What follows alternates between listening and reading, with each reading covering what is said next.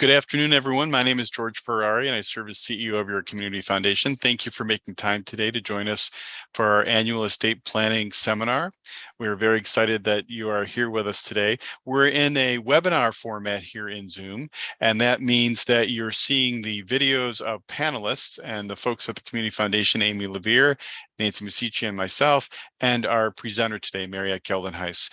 So the chat is not enabled, but the Q&A is, and you were able to put questions in the Q&A option and have those sent directly only to the panelists. No one else will see those.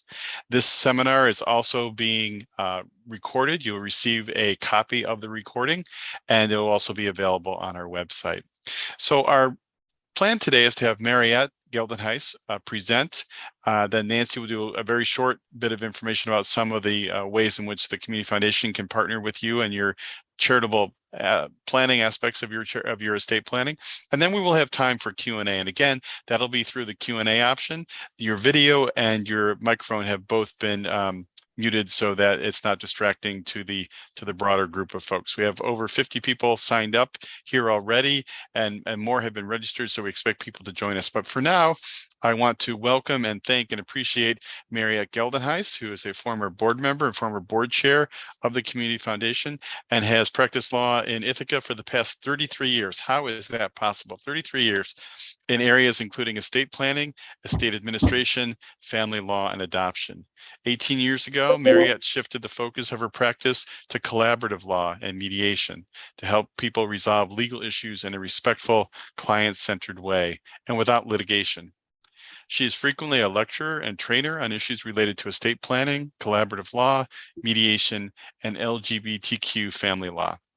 Her law office is located in downtown Ithaca in Clinton House, where she is ably assisted by her paralegal and office manager, Allison Myers, her legal assistant, Matt, and her paralegals, Natalia, Dimitri, and Oleg, who I understand are doing well after having a bit of a trip to the hospital recently. More information is available on our website, and I'll put the website is at www.geldenhuyslaw.com. So Mariette, you have the ability to share your screen, and we'll turn it over to you now. Thank you so much for spending time with us today and providing us with information that the attendees of this webinar can use as you speak with your own professional advisors, as you do your estate planning, and hopefully include charitable aspects in that plan. Great. Thank you so much, George. And thank you, everyone, for this opportunity to give you just a taste and an introduction to estate planning. Whenever I meet with estate planning clients, without fail, the first thing they say is, we've been meaning to do this for such a long time, and we kept putting it off. And then once we get through the discussion and we complete their plans and get them signed, most people say, oh, that was not nearly as hard and as difficult as we expected. So the fact that you're on this webinar, if you don't have an estate plan yet, you're more than 50% there, because you're willing to look at this and think about your eventual death and what kind of legacy you would want to leave behind. And as George mentioned, we encourage you, of course, to each work with your professionals, and taking the first step towards educating yourself is really important and means that you're well on your way. Just a quick note that I unfortunately can't give you legal advice as part of this presentation on your specific situation. You would need to consult with your own attorney for that. My goal is to educate, provide legal information.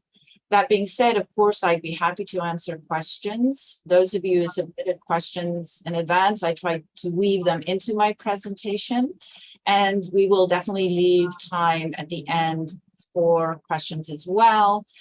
Please type them into the question and answer section, and I'm sure Nancy will help me monitor that. And when it comes to the question and answer period, I'll address it. I would prefer to answer questions at the end rather than as I go along, because we have limited time and I don't want to rush. I want to give you an overview, and there's some topics that I can delve into if there is time, but my main focus is going to be on what happens to your property at the time of your death. Now, most people, when they think about estate planning, they think about their wills, and they think, oh, I have a will or I don't have a will. And if I do have a will, I'm done. Everything's great. I have an estate plan. So I just wanted to give you a little bit of background information about how whatever you own or owe at the time of your death passes to other people. And a will is only one tool. And when I say will, I include also in that irrevocable living trust. I've saved some time at the end to talk about trusts briefly.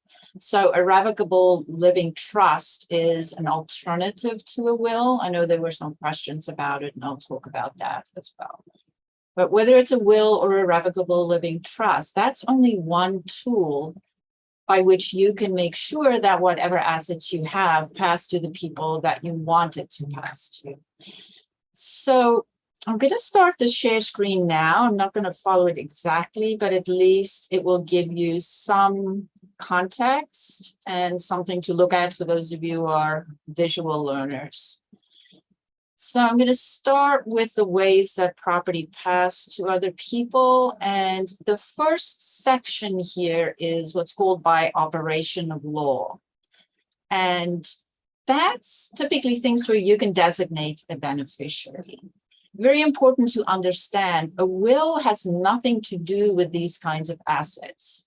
And if you have somebody designated as your beneficiary on your life insurance policy, for example, and you have something different in your will, the beneficiary designation on your life insurance is going to prevail. So a will does not cover any of these assets. So whenever I speak to people about estate planning, I tell them to think of it as, a pie that's divided in 3 parts. And all 3 are equally important. And the first part of the pie is these assets where you can designate a beneficiary. So I already mentioned life insurance as an example. Another example is retirement benefits, where you can designate beneficiaries. If you own property jointly with right of survivorship, then when you die, that person automatically owns the property. You would need to show a copy of a death certificate, whether it be to the bank or to a buyer of a house. But as long as you title it and hold the property jointly in that way, it automatically passes to that person. Doesn't have to be in the will doesn't affect it. So not always, but often people in relationships, either marriage or domestic partnership, would hold a lot of their property, if not all their property that they can, as joint tenants with right of survivorship. So often when I do estate planning for a couple, we manage to plan it in a way that when the first person dies, even though we make sure there is a will because we don't know who's going to die first, that they won't have to probate the will, that everything will just be really smooth and simple, because either they made them beneficiaries of everything or everything is jointly owned. So it's really important to get this part right and make sure everything is up to date. For example, retirement benefits, people often have the people they designated when they first became employed, and that could be very different from what they want now. And then joint bank accounts would be the same as real estate or a car or something that you own jointly. Mentioned real estate. And then there's another designation, which is not a beneficiary like for retirement, although it has this very similar function. It's called payable upon death or transfer upon death. You might hear POD, TOD. Brokerage accounts have that. You can do that on bank accounts. And just a note of caution, sometimes people intend to do that. They want, say, upon their death, their bank account to pass to their children, but they don't want the children to be on the account now. But if you don't make that very clear, the child's name is going to be put on your bank account. And let's say you have 3 children and you want all 3 of them to get the account, but you make one child a joint account owner, everything's going to go to that child unless the other children can prove it was for a matter of convenience. So just to be cautious when you make these arrangements at a bank, just be very clear what you want and make sure that they understand what you want. So the estate planning pie, the first third is these items that pass by beneficiary or joint ownership or transfer upon death. And so if you get that all straightened out, you're 1/3 there. Just another note on retirement benefits, and I'll elaborate on this later. Not only retirement benefits, but all other assets. Do not ever name anybody under the age of 18 as the direct beneficiary. It creates untold problems because when somebody under 18 inherits, it has to go into a guardianship account. Even if there's a surviving parent, the parent has to be appointed by the court as the guardian. Those assets have to be kept in an account approved by the court, and it's usually a very conservative account like a CD or a savings account, which is safe but very low returns. And if that person wants to access the money, they need a court order. And the cherry on the cake is when the child turns 18, all of it is given to them all at once. So I can tell you how many times people say to me, oh yeah, my retirement beneficiaries and life insurance beneficiaries are all set. Got my spouse, number one, and then my 2 children, age 10 and 8, as the contingent beneficiary. And you don't want to do that. And I'll explain what you want to do instead in a minute. So make sure you get all this in place and review that with your professionals so that it actually carries out your intentions.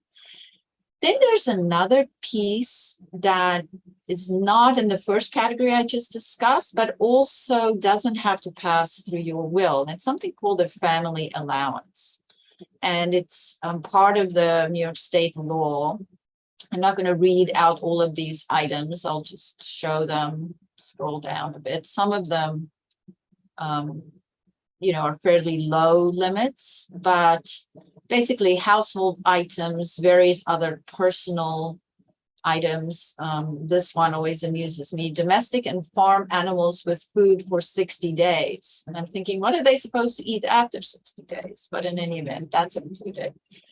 A vehicle up to $25,000 in value, that's really helpful because often one person owns a vehicle and their spouse does not, or their children are not joint owners. But you can fill in a form at DMV, and under this statute, you can get ownership of your late partner or spouse's, spouse's vehicle or parent's vehicle, as long as it's under this value. And same thing with bank accounts and securities. Occasionally, I have a situation where, let's say, a married couple, most of their accounts were joint, but there was this one account they forgot about, and it was in the person's separate name.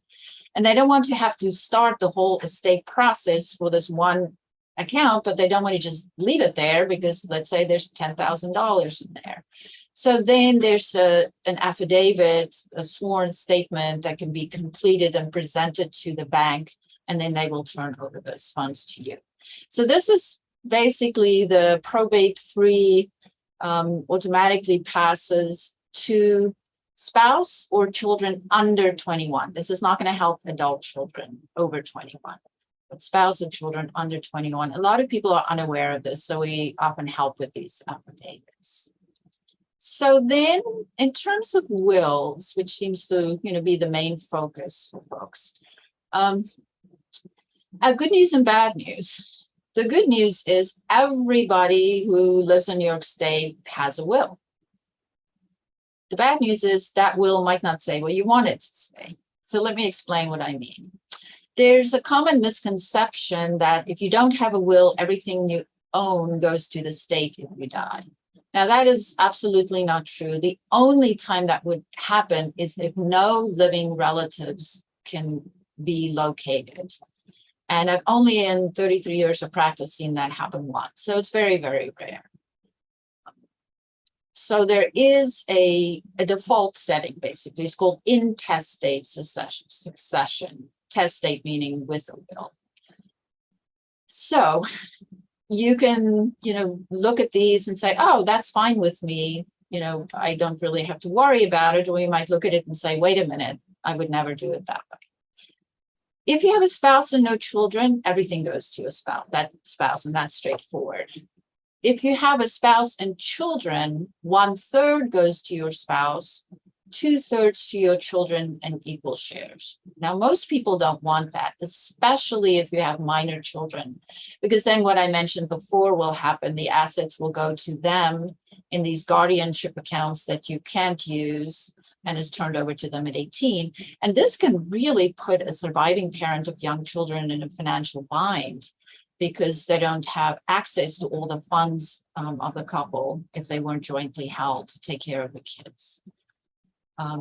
And similarly, even if the children are adults, most couples, not all, but most couples want to leave everything to their spouse. And then when the second parent dies, that's when it goes to the kids.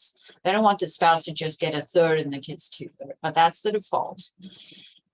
If you don't have a spouse and you have children, it goes to your children in equal shares. If you have no spouse or children, then it travels first up and then down the family tree. If you have parents, it goes to your living parents. If you don't, it goes to siblings. And if you had siblings but they died, then it goes to their children, etc. And I would explore the family tree more broadly after that, but that's basically how it works. Now, unmarried partners definitely need wills, because in most instances, their estate would go to their legal family, their family of origin, which in some cases, unfortunately, due to homophobic family members, could be exactly what they do not want, or other family estrangements. If unmarried partners have a domestic partnership or civil union from another state, New York never had those, but several other states did, they may inherit from each other, because New York courts and other contexts have recognized those domestic partnerships and civil unions from other states. But you don't want to ride on that. You don't want to gamble that that's going to work. If there's no domestic partnership or civil union from another state, your partner will not inherit if you don't have a will. Of course, if you have a will, you can lay out your plan and your legacy in the way that you want things to pass. So then often people say, why should I have a will? Now, there are a variety of reasons. Of course, it gives you the opportunity to express what you want and how you want your property to pass on. And then, of course, to avoid minor children inheriting, as I mentioned before. Also, that couples can leave everything to their spouse and children won't get 2/3 when the first spouse or partner dies. There were some questions about the next one, guardians of children under 18. When I meet with clients who have children, that's often the part that they give the most thought to, and that can be hardest for them to figure out. Who should be the guardians of their kids if both parents were to die? In your will, you can name who you want. And for anybody you name in any of these capacities, I always recommend have at least one backup and preferably two. And I use the word nominate here, and there's a reason. You nominate guardians for your children. The court has to appoint them and make the final decision. Now, if you're divorced and there's a legal parent, then the children will go to that legal parent, even if you say nothing in your will, unless that parent is completely unfit to be the parent of the children. If you nominate somebody, though, they're in a very strong position to apply to the court to be the guardian. So you would name them in the will. And a will, of course, is a good way to avoid controversy among your heirs, and you're expressing your wishes clearly. And then charitable giving, I'll return to that in a minute. And Nancy will also speak more about the various ways of doing that. For so many of my clients, and that's part of why I love living in this community, charitable giving is really important, and it's a really important part of their legacy. So it's an opportunity to really thoughtfully plan for that. And then you get to decide who's going to be in charge of handling your estate, and that's called the executor. It's a limited time job to basically gather the assets, pay the bills, and then distribute the assets. An executor would work with an attorney to be appointed as the executor. That's called part of the probate process to prove that the will is original and valid. And in choosing the executor, there were some questions about that. So I'm just going to run down a few items here. People usually choose a spouse, partner, family member, or close friend. The person doesn't have to live locally. They have to be a resident of the United States. So I often have clients who don't have relatives in the country because maybe they're at Cornell and all their family is abroad. You can appoint somebody outside the country, but they have to serve jointly with somebody who is a resident. It's really okay if the person is in Alaska or Hawaii or some other part of the United States, because a lot of what they need to do can be done remotely. They will, of course, need to, come together to deal with your personal belongings, but it doesn't have to be someone local. It's more convenient, but it could be people who live far away. Occasionally, some professionals will agree to act in this capacity. Some professionals, by virtue of their profession or their professional licensing, are not allowed to do that. So you would have to ask professionals. Sometimes when people don't have an obvious person to appoint, they would name a bank. And not all banks have trust departments. So you would need to find out if your bank does. And if they don't, do some research and find out which banks do. Just be aware, if naming a bank doesn't mean they're going to do it. Banks go through their own approval process of which estates they are willing to handle. So I always have clients speak to the trust department at the bank, send them a draft of the will for pre-approval. They can't guarantee they'll take it, but if the pre-approval is granted, the chances are most likely they will agree to act on behalf of the estate as executor. And the cost is no more than any other person being the executor. So that's actually a good option for some people. Co-executors, I'm not a fan of them.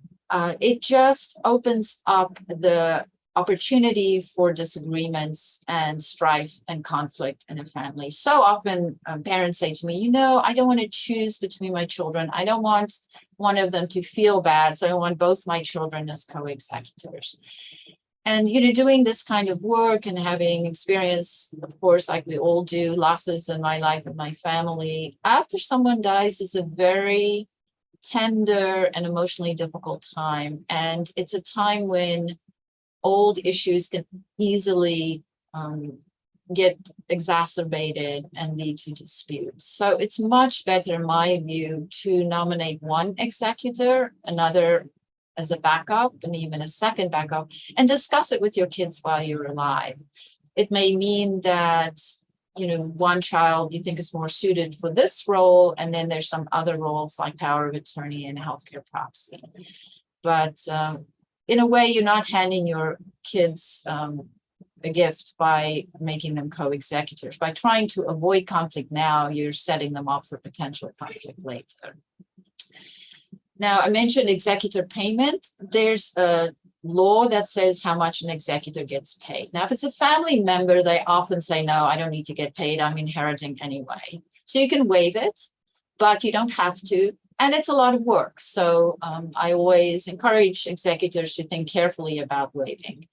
And I just included the table here. It's basically a percentage of the assets that the executor receives and pays out in the estate, and the percentage goes down as the value of the estate goes up.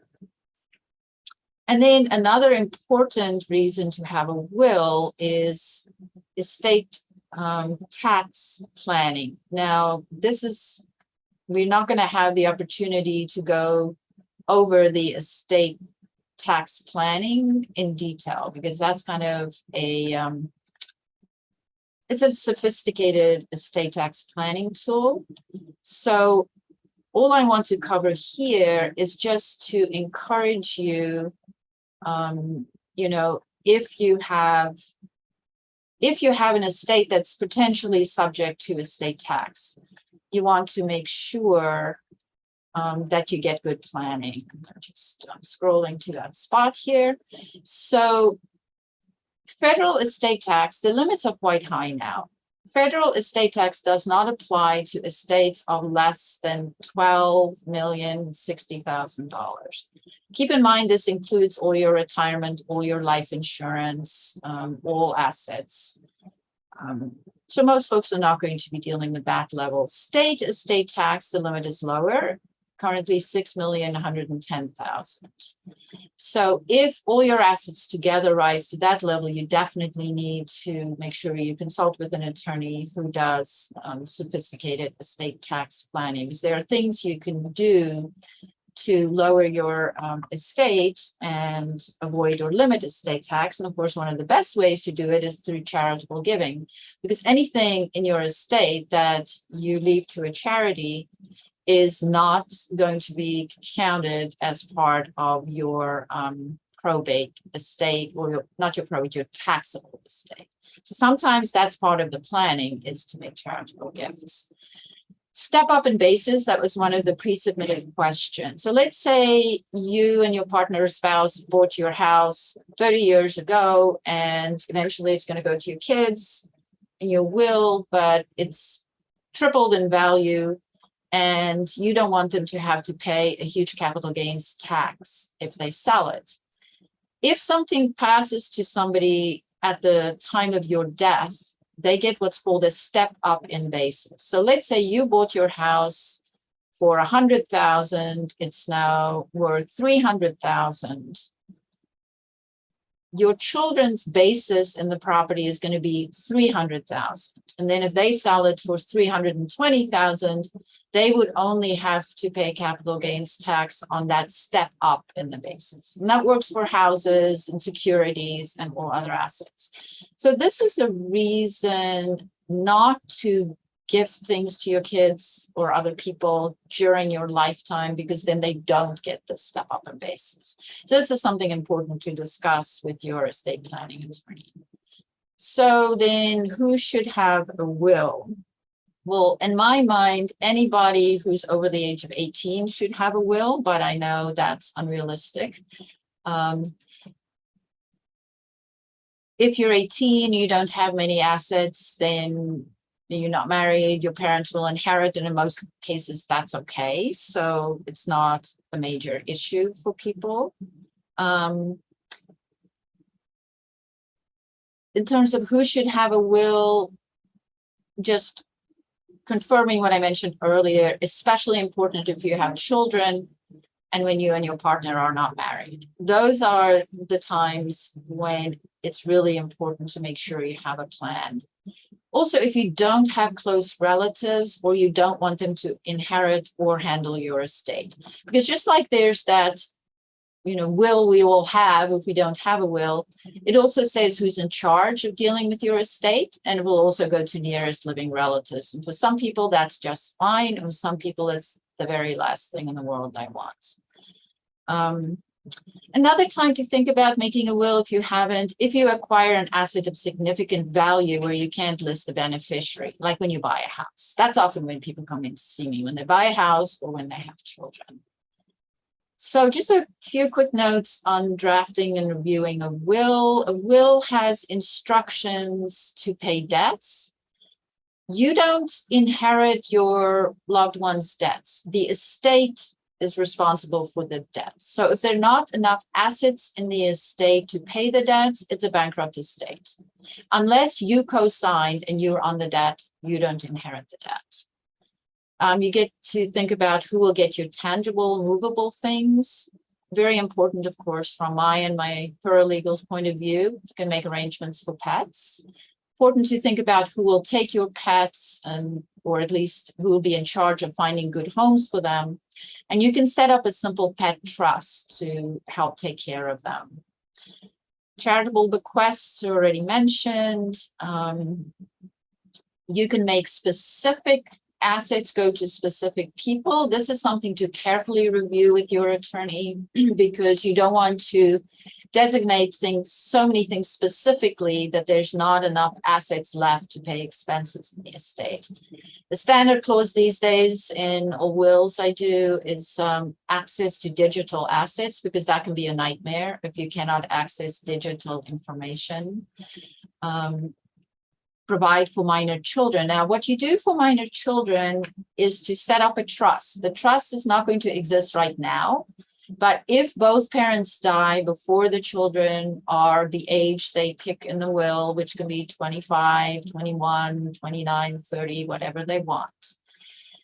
And then the funds are in trust, and you can name a trustee who will manage the money and financially take care of your kids, in addition to naming guardians, as we mentioned before. One other thing to think about, if you have a spouse or partner, you want to come up with a joint plan. Now, let's say you don't have children, and spouse A says everything goes to my siblings. Spouse B says everything goes to my siblings. Well, then whoever is the last one standing, the survivor, their family gets everything, and the first spouse's family gets nothing. So I always encourage people, come up with a joint plan. You each decide, for example, on 50%, and then you come up with your list. And then it's really important that there be some cash in an estate to pay expenses. So you don't want to have if there's going to have to be an estate, for example, because you own real estate, some of your bank accounts should go in the estate. Banks who act as executors are reluctant to take that job if there's not at least 100,000 in the estate to pay expenses. Then a question I get a lot, is it okay to use online software to draft a will? You know, I am very much in favor of people drafting their own documents where it can be done without negative consequences. For example, a healthcare proxy, an organ donation form, disposition of remains, those forms are available online, and if people want to do the research and do them themselves, that's great. I do not recommend that for wills. You may be getting a taste of the complexity of estate planning, that there's so many factors to consider, and will language is very strictly construed because the star witness, whose will it is no longer alive. So you can't ask them, what did you really mean about this? And time does not permit to tell you some horror stories about what's happened to people when they made a will online and didn't understand the implications. So unfortunately, it's one of those areas where it's really important to consult an attorney. Somebody asked about meetings. Most attorneys will offer virtual meetings. The documents have to be signed in person. We had a dispensation during the first part of the COVID pandemic to do that virtually. That's expired. But I do, if people choose to do Zoom meetings, we do everything by Zoom, and then we just have a brief in-person meeting to do the signing. If you need to change your will, it's not difficult. You know, it used to be a codicil would be typed up. We don't do that anymore. It's on a word processor. We just do a new will to avoid confusion. If you have a child or children and you anticipate you may have more, I always draft wills to say children without naming them. So when there's a new baby, you don't also have to put on the list to go and see your lawyer to include the next child in your will. So there's a way to draft it to make it durable. Charitable giving, just a couple of pointers, and then Nancy will pick that one up in a few minutes. So you can include it in a will by naming a charity as beneficiary, either of a set amount or a percentage. You can also name a charity as beneficiary of any life insurance, retirement, brokerage account. One major advantage of using a retirement account, if a human being inherits your retirement account, they have to pay tax on it.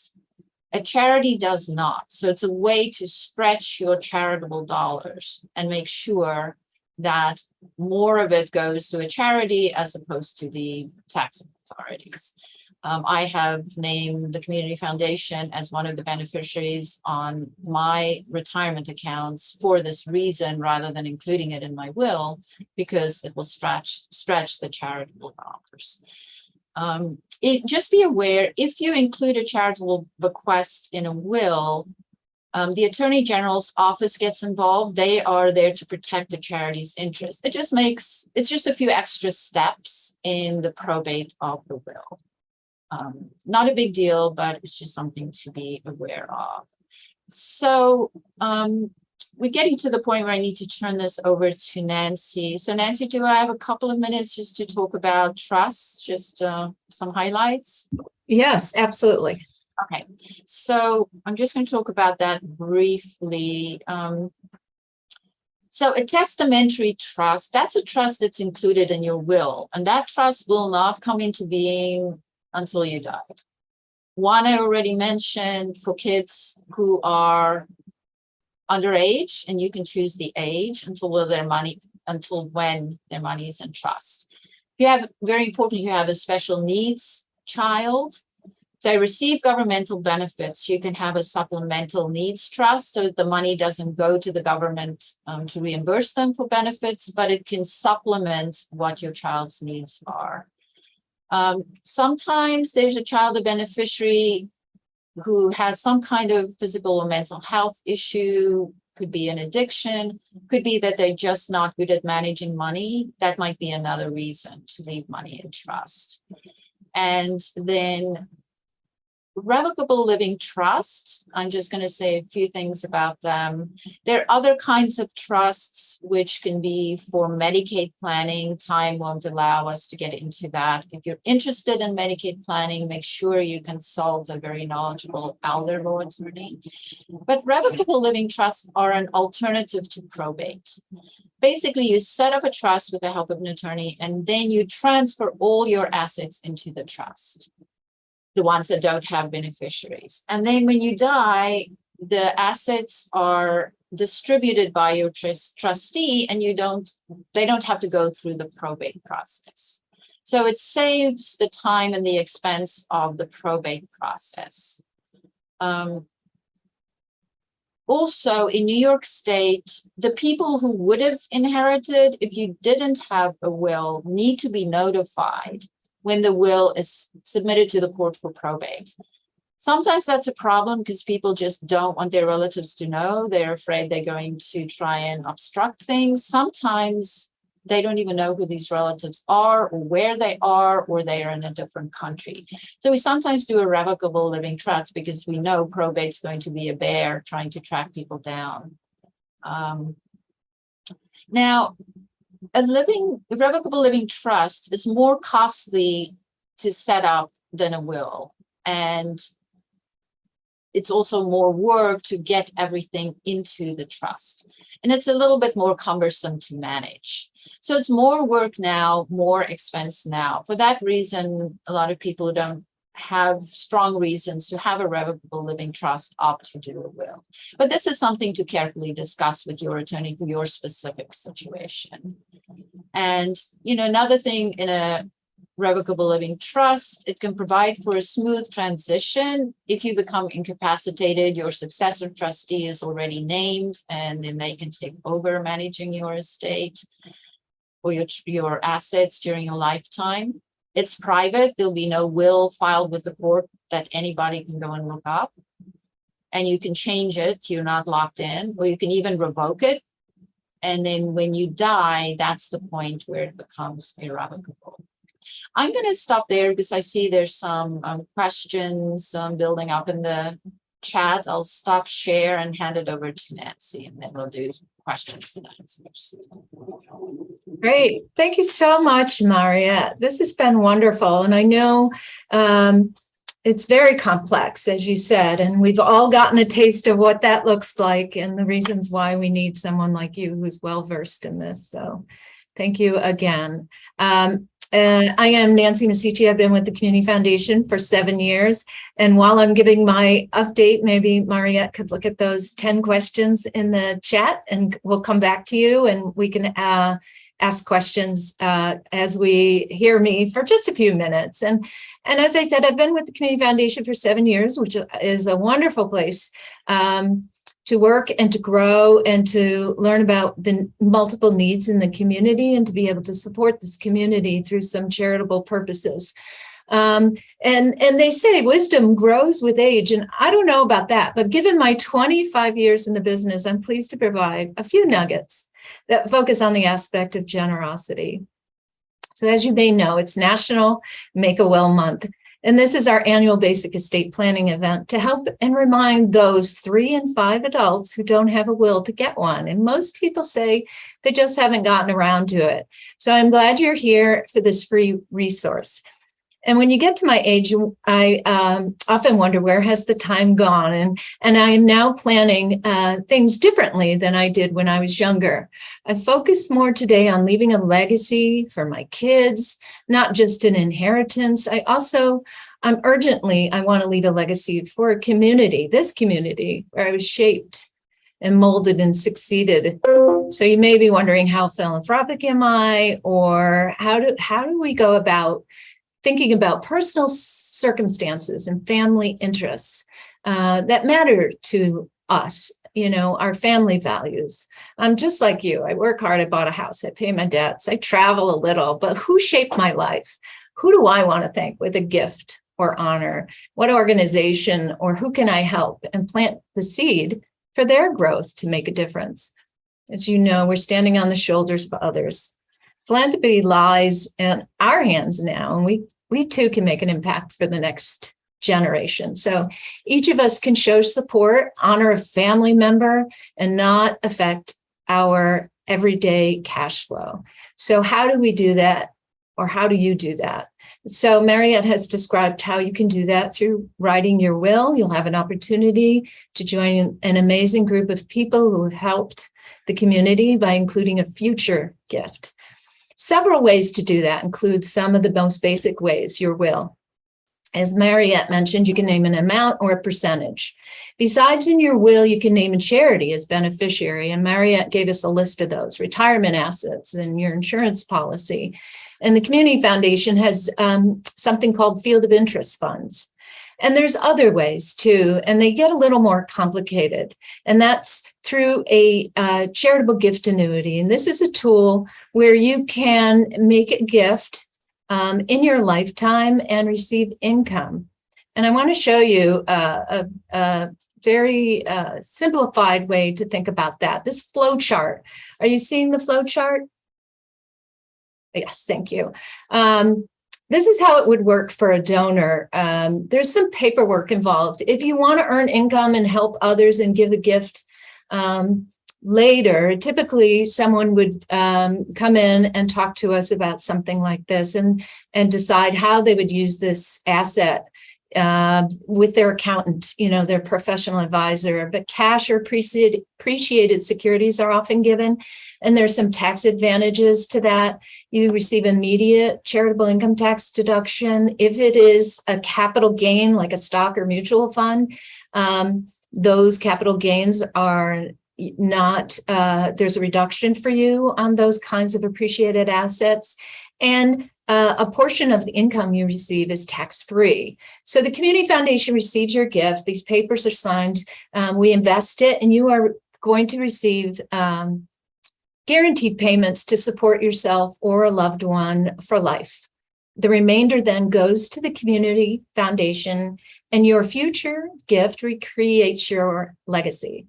So you get to help a cause that you care about and strengthen the community. People often ask, so what are the rates? There are annuity rates, and these are based on the age at the time of your gift. So the older you are, the more income you are paid. We follow rates given by the American Council on Gift Annuities. These rates were updated in July. For example, if at the time of your gift, a single life annuitant is 69, the payout rate now is 5.2%. If you're a little bit older, say age 79, the payout rate is 6.8%. So for 21 years, the Community Foundation has been here helping the community. And I'm going to stop sharing in just a second. If I could just stop sharing. And the Community Foundation's work has been a wonderful opportunity to help a lot of things. And I'm having a little technical difficulty there. So I wanted to just share that with you because it's just one of over 100 donors have supported the Community Foundation through something like a charitable gift annuity. And the purpose is to make Tompkins County stronger and more equitable. And we're a nonprofit. We help other nonprofits you may not know.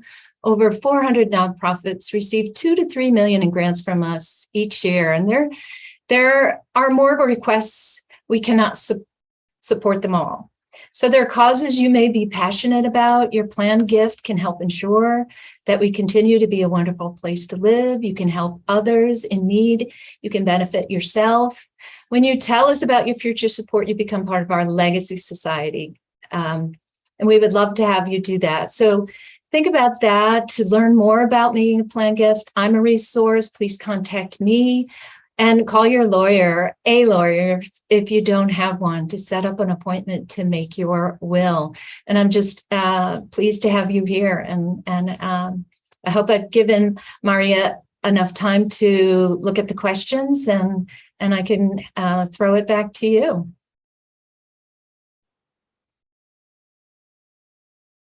Thanks, Nancy. I've actually answered a few by typing the answer, so that's available to everybody if they want to take a peek. There are a few I didn't get to, so I'll work my way down those, and you tell me when our time is up, but I'll try to cover as many of them as I possibly can. So the first remaining question here is, please talk about probate. When is it needed and when is it not, and how does it work? So probate is needed when there are assets that need to pass to people who are going to inherit them through the will. If someone has a will, but all their assets are either joint or they have beneficiaries on all their assets, then no probate is needed. But let's say someone owns a house by themselves with no one else on it, and they have bank accounts that are in their names only. That would be an example of a time when the will needs to be probated. Probate is the process where you submit the will to the court, and probate comes from the Latin word probare, which means prove. So you need to submit it to the court needs to look it over and be convinced this is an original, validly signed will. And then if the court determines that, it's admitted to probate, meaning it's approved by the court, and then an executor files a petition to be appointed as executor. And once the executor is officially appointed, then they can send a document the court gives them to banks, to investment companies, to anybody they need to deal with. They open an estate bank account and gather the assets into that account, or transfer assets into the name of the estate. In order for probate to happen, anybody who would have inherited without a will needs to be notified. And then there's a court date where they can show up and object if they want to. Now, it's not easy to overturn a will. You really have to show there was undue influence or that the person didn't have capacity to sign the will. If people don't have an objection to the executor or the probate, they can sign a waiver. But that's all at the beginning. And then the person needs to carry out the instructions of the will, pay all the funeral bills, other bills, make sure all the necessary tax returns get filed. And that's all done, sell what needs to be sold. And then once that's all done, they do an accounting and the assets are distributed. So that's a very quick tour through probate. And I just got a note from George that the answers didn't go to everybody. So let me see if I can access those. That's interesting. Yeah, Mary, we set it up so that folks could ask questions anonymously. So if you could just respond to those verbally, that would be helpful. Okay. Thank you. Okay. And then there's just some technical questions. Okay. Okay, now I see those questions again. All right. So costs, that's very individual from attorney to attorney. I'm happy to share my costs. I do flat fees for what I consider, not complex wills, which is for most people. I mean, occasionally things are more complex. Just to give you a flavor, it'd be $600 for a will. If a couple comes in, then the second one would be $500. And then the other essential documents, power of attorney, would be $150 per document, and then healthcare, proxy, and related documents, $75 per document. But that's just me, ask other people. Just wanted to give you some idea, because I know it's really unsatisfactory if we just say it varies, right? And some people do a flat fee and some people do hourly. If I do a more complex situation, I would do hourly as well, but you would know that upfront. And then somebody asked, if a will is made sometimes back, things have changed, is a codicil sufficient? Most attorneys don't do codicils anymore. They date back to the time where you would have to, on a typewriter, retype the whole will, and it was such a chore. With word processing, it's just as easy and not more work to just redo the will. And if somebody comes to me with a will, even if I drafted the first one for them and it's been some time, I'm going to have them fill in my intake form so that I can review what their current assets and debts are. It may be that we're only tweaking the will, and when it's a simple revision, then of course the cost is less than for a new will. But codicils really went out with the typewriter pretty much. The question, my mother died in November 2021. The only asset she had was her house, which was sold for less than it was purchased. Do I need to file an estate return? Very quickly on tax returns, unless this was a very valuable house, you're going to be under the 12 and 6 million limit. So no estate tax return would be required. Typically, you need to file the final tax return for the person who died if they had taxable income. And then if the estate had income, for example, not in this situation, but there were investments that were transferred to the estate account, and it earned enough money that it has to file a tax return, then that would have to be filed. But certainly no estate tax return here. Next question, for the executor payment based on assets, where and when do the assets get assessed to determine this amount? Assets that don't have a value, like a statement on an account, like a house, would need to get appraised. And tangible items, if they're of value, like collector's items, valuable artwork, that kind of thing, we're not going to appraise every pot and pan typically. You can usually just, list an aggregate total number for that, but other assets need to be appraised. And then the three sections of the pie, thank you for that question, a good opportunity to review. The first section is jointly owned assets and assets where you name a beneficiary or transfer upon death beneficiary, so it passes directly to them. The second third of the pie is the family allowance, those things that goes to a spouse or children under 21, including a car up to 25,000, bank accounts up to 25,000.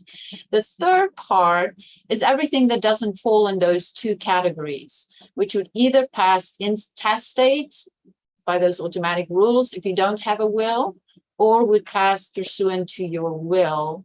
And that would have to go through the estate and probate process. For estates where the assets don't include real estate and the value is $50,000 or less, there's a much simpler small estate procedure, which people can usually manage for themselves. And you can get information about that at the surrogate's report. And Nancy, did I get all the questions? Any still out there? There's one about is there an average amount for a charitable gift annuity, which I can answer. I would say average amount is around 20,000, but the minimum is 10,000. And so it feels like there's a minimum amount there that most of us might be able to do, 10,000, but an average amount, 25,000. And I just noticed a couple of other questions floated in. So please define children. Is it only under 18 or offspring of any age? Well, minor children are children under 18, but if you use the term children in my will, it's your children at any age. It really is going to depend on the context. The planning is particularly critical when you have minor children. If your children are over 18, then at least the assets can go directly to them, which, depending on how much over 18 there are, could be a good thing or not such a good thing. And then question, are wills public record in New York after they go through the probate process? Absolutely. They filed in the surrogate's court in the courthouse, and anybody can walk into the surrogate's court and say, I want to see the will of this person, and they need to show it to you and you can get a copy. A suggested list of what to bring to an estate planning meeting, great question. I use an intake form which asks people to list information about their family and their assets and debts. Most attorneys do.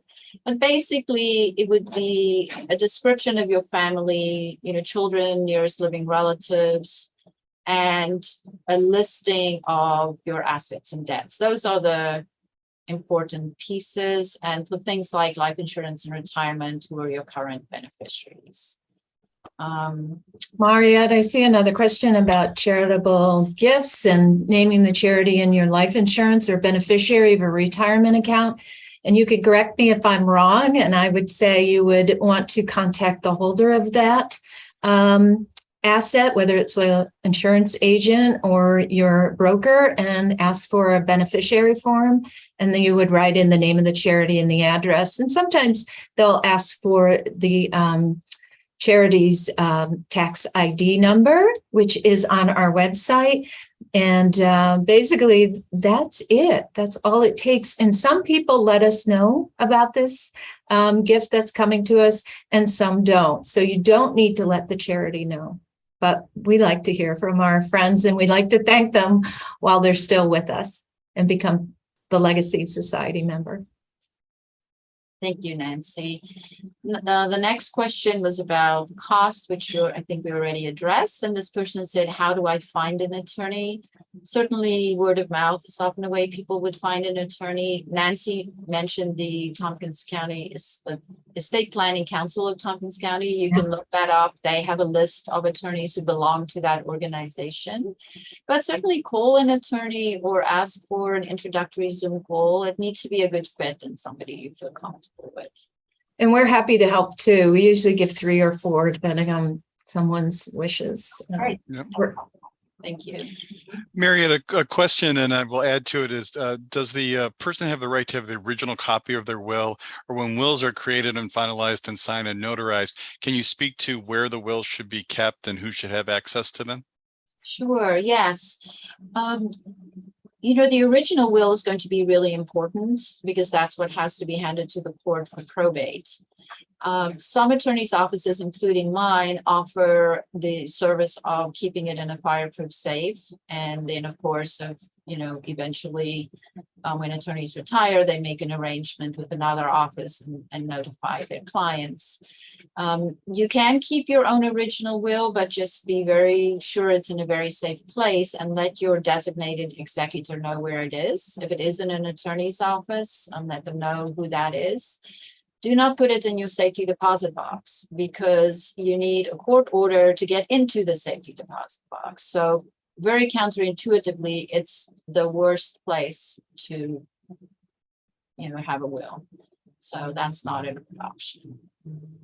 Well, we are very appreciative of Mariette providing all this really important information for us to consider as we do planning. Everyone should be considering this, updating your papers, your plans, your wills, including healthcare proxy, et cetera.